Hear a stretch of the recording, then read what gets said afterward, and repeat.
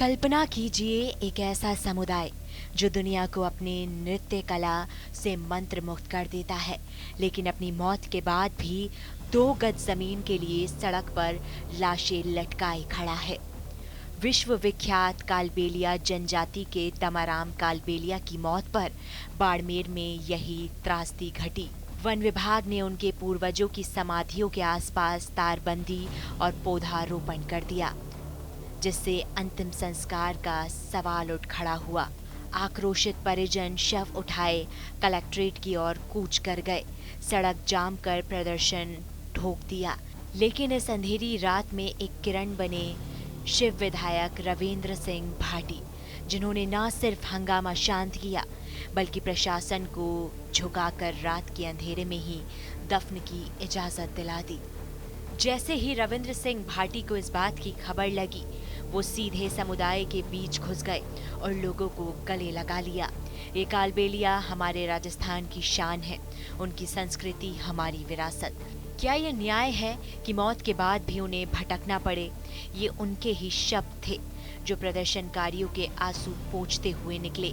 भाटी जी ने अतिरिक्त जिला कलेक्टर राजेंद्र सिंह चंदावत से सख्त बात की। वन विभाग की आरक्षित जमीन का हवाला देकर अधिकारी टाल मटोल कर रहे थे, लेकिन भाटी ने कहा, ये आरक्षण नहीं, अन्याय है। तत्काल जमीन चिन्हित करो, वरना मैं खुद खोद कर दफन करवाऊंगा। इसके बाद जोगी धोरा के पुराने शमशान घाट पर दमाराम को दफन किया गया।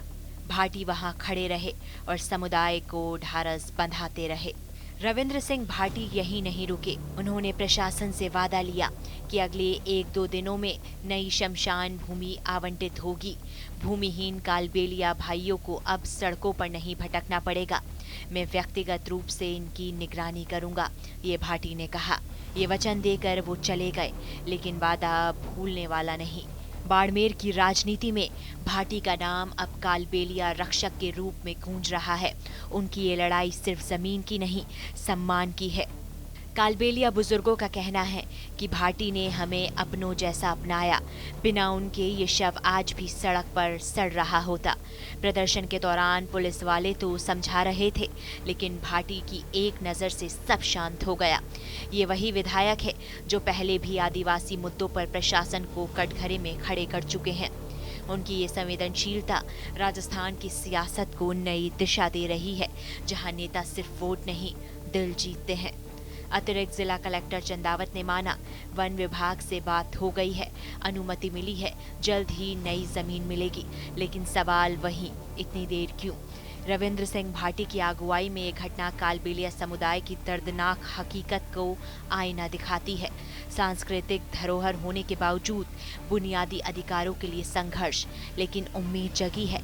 भाटी जैसे योद्धा हैं तो न्याय जरूर मिलेगा। रविंद्र सिंह भाटी की ये जंग हमें सोचने पर मजबूर कर देती है। क्या हमारी विरासत को बचाने के लिए शव सड़कों पर लटकाने पड़ेंगे?